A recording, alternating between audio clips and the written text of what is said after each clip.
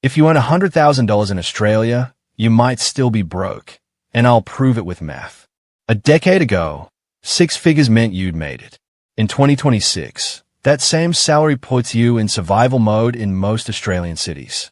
I'm going to walk you through the exact breakdown: rent, tax, groceries, transport, insurance, so you know whether this number works before you accept that job offer or lodge a visa application. By the end of this video, you'll have the real take-home figure, the real cost structure, and a verdict on whether $100,000 still counts as financial security in Australia. I'll also show you the 3 financial traps that catch migrants off guard in their first year, and the 1 expense category that most budgets completely miss. But wait, before we begin, please subscribe to ensure that you never miss out on any of my essential stuff. Comment "I subscribe" below, and I will personally welcome you to our community. With that said, let's get started. Let's start with what actually hits your bank account. Chapter 1. The tax reality. You don't earn $100,000. You earn what's left after the Australian Taxation Office takes their cut. Here's the breakdown for a single person with no dependents in the 2025 to 2026 financial year. On $100,000 gross income, you pay $22,967 in income tax. That's calculated using the progressive tax brackets. Everything you earn up to $18,200 is tax-free. Then you pay 19% on income between $18,200 and $45,000. You pay 32.5% on income between $45,000 and $120,000. So your tax bill is $22,967. You also pay the Medicare levy. That's 2% of your total income, which adds another $2,000. That brings your total tax to $24,967. Your annual take-home pay is $75,033. Per month, that's $6,253 in your account. That's your real number, not $100,000. $62.53. Now here's what most migrants don't realize. That tax rate assumes you are here for the full financial year. If you arrive mid-year on a skilled visa and start working immediately, your tax calculation might be different depending on your residency status for tax purposes. Non-residents pay higher rates, 32.5% from the first dollar earned, with no tax-free threshold. If you're classified as a non-resident for tax purposes for even part of the year, your take-home drops further. This is critical. Many migrants arrive in January or February and don't realize they'll be taxed as non-residents until they meet the residency test. That can cost you an extra $5,000 to $7,000 in tax in your first year. For this video, I'm assuming you're a full-year resident. But if you're planning your move, factor in that first-year tax hit. Now let's see what happens to that $6,253 per month. Chapter 2. Rent, the biggest drain. Rent is where most migrants get blindsided. You see a salary and think it's enough. Then you try to find housing. Let me show you what rent looks like in Australia's 5 major migrant destination cities in 2026. Sydney. A 1-bedroom apartment within 10 kilometers of the CBD costs between $2,600 and $3,200 per month. Let's use $2,800 as the average. That's for a basic unit, nothing fancy, no parking included, probably an older building. If you want something modern with a parking space, add another $300 to $400 per month. Melbourne. 1-bedroom in inner suburbs. $200 to $2,600 per month. Average, $2,400. The rental market here is slightly softer than Sydney, but competition is still intense. You'll need to provide references, proof of income, and often pay 4 weeks' rent upfront as a bond. Brisbane. Rent has exploded here. 1-bedroom units are now $2,000 to $2,400 per month. Average, $2,200.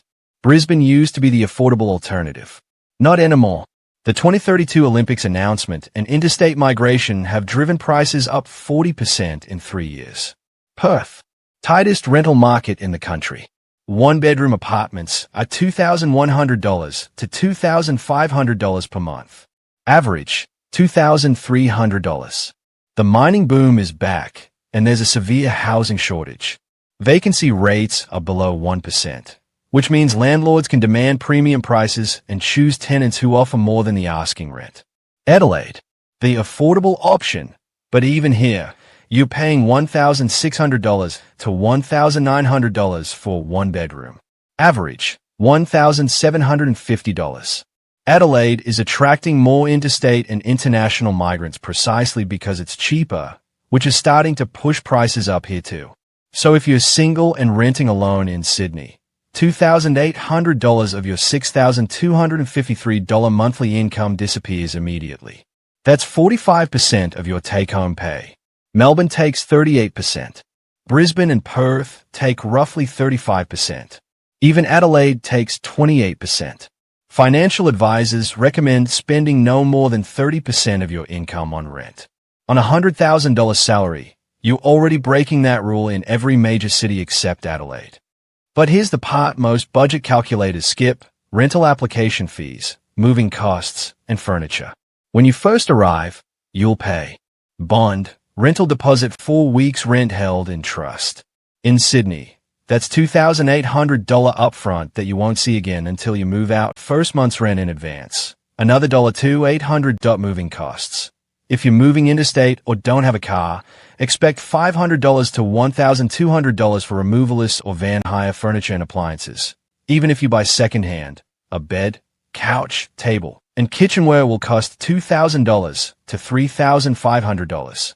That's $8,000 to $10,000 in your first month just to have a place to sleep.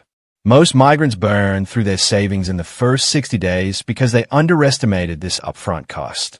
After rent in Sydney, you have $3,453 left per month. That's what you're living on. And we haven't even started on the other costs yet. Chapter 3. Groceries and food. Let's talk about food. Not eating out. Not living well. Just surviving. In 2026, a single person in Australia spends an average of $120 to $150 per week on groceries if they cook most meals at home. That's data from the Australian Bureau of Statistics combined with real shopping basket analysis. Let's use $130 per week. That's $563 per month. Here's what that buys you. Chicken breast, $14 per kilo beef mince, $12 per kilo milk, 2 liters, $3.80 bread, standard loaf, $3.50 eggs, dozen, $7 to $8 pasta, 500 g, $2.20 rice, 1 kilo, $3.50 tomatoes, per kilo, $6 to $8 capsicum, bell pepper, $4 each cheese, 500 g block, $9 coffee, 200 g, $8 olive oil, 500 milliliters, $10 breakfast cereal, $5 to $7. You're not buying organic. You're not buying premium cuts. You're shopping at Coles or Woolworths on special. You're checking the markdown section for items close to their use-by date. You're skipping fresh berries because they're $8 for a small punnet. You're eating basic proteins, carbs, and frozen vegetables. And that's just groceries. Let's talk about eating out or buying lunch. A cafe coffee is $5 to $5.50. A basic lunch, sandwich, wrap, poke bowl, or food court meal is $14 to $18. If you buy lunch at work 3 times a week, that's $50 to $55 per week, or $220 per month. Let's be realistic. You're not going to pack lunch every single day. You're going to grab coffee. You're going to meet a friend for brunch once or twice a month. A brunch meal with coffee costs $25 to $35. Dinner at a mid-range restaurant costs $40 to $60 per person with one drink. So let's budget. Groceries, $563 per month. Coffee and occasional lunch, $100 per month. One social meal per week, brunch, dinner, or takeaway, $160 per month. Total food cost per month, $823. That's realistic, not extravagant. That's what it costs to eat like a normal person in Australia. After rent and food, your $6,253 is now down to $2,630 in Sydney. You're at 58% spent, and we haven't touched transport, insurance, or utilities yet. Here's the thing most YouTube videos won't tell you. Food prices in Australia aren't just high, they are volatile. Floods, droughts, and supply chain disruptions cause price spikes. In early 2024, Lettuce hit $12 per head. Tomatoes went to $15 per kilo. When that happens, your grocery budget can blow out by 30% in a single month, and there's nothing you can do about it. You can't budget your way out of a national vegetable shortage. Chapter 4. Transport. If you don't own a car, you're using public transport. In Sydney, an Opal card costs roughly $50 to $70 per week if you're commuting 5 days from the suburbs to the city. That's $260 per month. Melbourne's Mikey system costs similar. Brisbane's Go card is slightly cheaper at $45 to $60 per week, or $230 per month. But here's the reality. Public transport in Australian cities is not like Europe or Asia. It's slower, less frequent, and doesn't cover everywhere. If you live more than 15 kilometers from a CBD, your commute could take 60 to 90 minutes each way. If you work shift hours, weekend hours, or evening hours, public transport options shrink dramatically. That's why most migrants end up buying a car within the first year. If you own a car, the math gets heavier. Let's assume you bought a used car for $15,000. You're paying it off over 4 years at 8% interest. That's a $366 monthly payment. Add fuel, $220 per month, assuming 1,200 kilometers at 8 liters per 100 kilometers and $1.95 per liter. Insurance, $110 per month.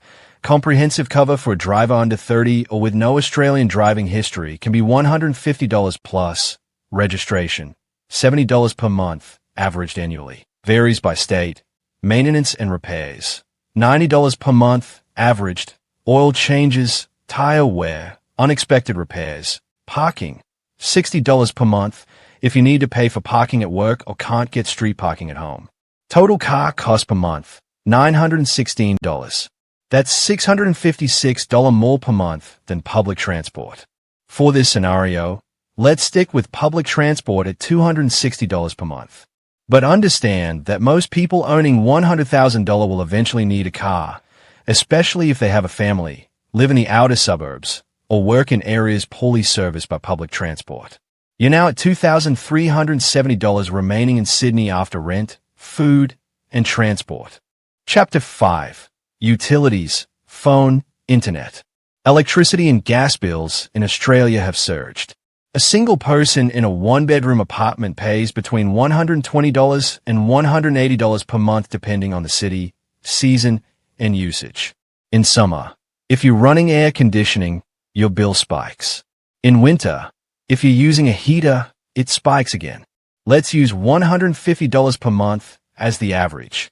Water is usually included in the rent for apartments, but if you're renting a house, expect another $30 to $50 per month.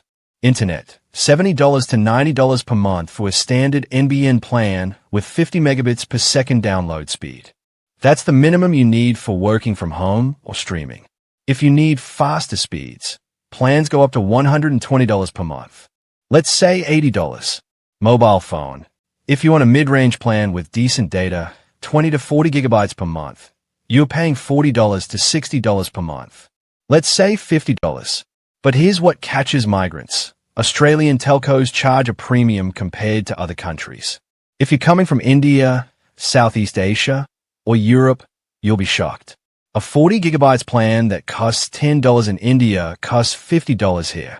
And if you go over your data limit, excess charges are brutal, $10 per GB. Total utilities and connectivity, $280 per month. Remaining in Sydney, $2,090 per month. Now let's talk about a cost that most budget guides completely ignore: cooling and heating beyond your included utilities. If you live in Sydney, Melbourne, or Adelaide, summer temperatures regularly hit 35 to 42 degrees Celsius. If your apartment doesn't have good airflow or your landlord won't allow you to install air conditioning, you'll need fans. A decent pedestal or tower fan costs $80 to $150. You'll need at least 2. In winter, Melbourne and Canberra get cold, down to 2 to 8 degrees overnight. If your apartment has poor insulation or no central heating, you'll buy a portable heater. That's another $100 to $200. These are one-off costs, but they add up in your first year. Budget another $400 to $500 in your first 12 months just to stay comfortable. Chapter 6. Health Insurance. Here's the part migrants don't expect. If you're on a temporary visa, student visa, skilled work visa, working holiday visa, you're required by law to have Overseas Visitor Health Cover, OVHC. That costs between $50 and $120 per month depending on the level of cover. If you're a permanent resident or citizen, you're not legally required to have private health insurance. But if you don't, and you earn over $97,000, you pay an extra Medicare levy surcharge of 1% to 1.5%. On $100,000, that's $1,000 to $1,500 extra per year in tax. Most people buy basic hospital cover to avoid the surcharge. That costs around $100 to $130 per month for singles hospital cover with a public hospital access. Let's use $110 per month. But here's the catch. Basic hospital cover doesn't cover much. It doesn't cover dental, cleanings, fillings, crowns, optical, glasses, contact lenses, eye tests, physiotherapy, psychology, or mental health services. Those are all out-of-pocket costs. A standard dental cleaning and checkup costs $200 to $250. If you need a filling, add another $150 to $250 per tooth. If you need a crown or root canal, you're looking at $1,500 to $3,000. Glasses or contact lenses cost $300 to $600 every 2 years. If you see a physiotherapist for back pain or an injury, sessions cost $80 to $120 each. Most people need 4 to 6 sessions. A visit to a psychologist costs $200 to $280 per session. Medicare rebates some of this if you have a mental health care plan from your GP, but you'll still pay $80 to $130 out of pocket per session. Let's budget conservatively. Health insurance, $110 per month dental, optical, and other health expenses averaged, $100 per month. Total health costs, $210 per month. Remaining in Sydney, $1,880 per month. Chapter 7. Personal expenses and lifestyle. Now let's add in the costs that aren't optional but also aren't fixed. Clothing and shoes. You need work clothes, casual clothes, gym clothes, shoes. In Australia, clothing is expensive compared to many countries. A basic work shirt costs $40 to $80. Jeans cost $60 to $120. A pair of decent sneakers costs $100 to $180. Budget $80 per month averaged across the year. Personal care. Haircuts cost $30 to $60 for men, $60 to $120 for women. Toiletries, shampoo, soap, deodorant, toothpaste cost $40 to $60 per month. Let's say $90 per month total. Household supplies, laundry detergent, dishwashing liquid, garbage bags, cleaning products, toilet paper. That's another $40 per month. Entertainment and subscriptions. Netflix, Spotify, or other streaming services cost $15 to $25 per month. If you go to the movies once a month, that's $20 to $25. If you have a gym membership, that's $60 to $90 per month. Let's budget $120 per month for a realistic lifestyle that includes some entertainment and fitness. That's another $330 per month. Remaining in Sydney, $1,550 per month. Now let's talk about the irregular costs that kill budgets. Gifts and events, birthdays, weddings, baby showers, Christmas. If you attend one event per month that requires a gift, budget $50 to $100. Let's say $75 per month averaged. Travel home or to see family. If you're a migrant, you'll want to visit home at least once a year, or your family will want to visit you. A return flight from Australia to India costs $800 to $1,400. To the UK, $1,200 to $2,000. To the US, $1,000 to $1,800. Let's budget $1,200 per year or $100 per month averaged. Visa costs and immigration fees. If you want a temporary visa and want to apply for permanent residency, the application costs $4,640 for a skilled visa as of 2026. If you need a migration agent, add another $3,000 to $6,000. Health checks, police certificates, document translations, add another $500 to $1,000. That's $8,000 to $12,000 in visa costs over 2 years, or $330 to $500 per month if you're saving toward it. Let's say $200 per month. Emergency fund contributions. Financial advisors recommend having 3 to 6 months of expenses saved. Most migrants arrive with minimal savings and need to build this up. Let's say you want to save $300 per month toward an emergency fund. Total irregular and future costs, $675 per month. Remaining after everything, $875 per month. That's what you have left in Sydney for true discretionary spending or additional savings. Chapter 8. The 3 Traps. Before we get to the final verdict, let me show you the 3 financial traps that catch migrants off guard in their first year. Trap 1. Currency conversion and transfer fees. If you're sending money home or paying off debt in your home currency, you're losing 2% to 4% on every transfer through banks. That's $40 to $80 lost on every $2,000 transfer. Use services like Wise or OFX instead. They charge 0.4% to 0.7%, but even that adds up. If you send $500 per month home, you're losing $30 to $50 per year just in fees. Trap 2. Lifestyle inflation. You arrive. You get your first paycheck. You see $6,253 hit your account, and it feels like wealth compared to what you earned back home. So you upgrade. You eat out more. You buy things you don't need. You subscribe to services. Within 3 months, you're spending $1,000 more per month than you planned, and you don't know where it went. This is the trap that destroys budgets faster than anything else. Trap 3. The I'll upgrade later mindset. You tell yourself you'll live cheaply at first, save aggressively, and upgrade your lifestyle once you're settled. But rent goes up. Your lease ends, and your landlord raises rent by $200 per month. Your car breaks down and needs $2,000 in repairs. Your phone dies, and you need a new one. Life doesn't wait for you to be ready. If your budget has no buffer, these events will drain your savings or push you into debt. Chapter 9. The final verdict. Let's summarize the math. On a $100,000 salary in Sydney in 2026, you take home $6,253 per month after tax. Here's where it goes. A rent, $2,800. A food and groceries, $823. A transport, public $260. Utilities, internet, phone, $280. A health insurance and medical costs, $210. A personal care and household, $330. Oh, irregular costs, gifts, travel, visa savings, emergency fund $675. Total monthly expenses, $5,378. Amount left for discretionary spending or extra savings, $875. That's 14% of your take-home pay. In Melbourne, you'll have closer to $1,200 per month left over.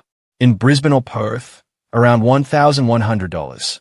In Adelaide, closer to $1,500. So here's the verdict. $100,000 is enough to live in Australia in 2026, but only if you're single, debt-free, and disciplined. You won't be broke, but you won't feel wealthy. You won't save aggressively unless you sacrifice lifestyle. You won't build wealth quickly. And if you have dependents, student loans, or unexpected expenses, this salary becomes extremely tight. If you thought 6 figures meant financial freedom in Australia, the math just proved otherwise. This is survival-level comfort, not prosperity.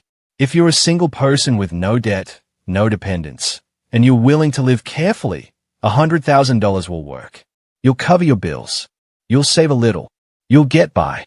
But if your plan was to come to Australia, earn 6 figures, send money home, save for a house, and live comfortably, you need to rethink your numbers. Now I want to hear from you. If you're earning around this amount in Australia right now, does this budget match your reality, or your costs even higher? Drop your city and your biggest surprise expense in the comments.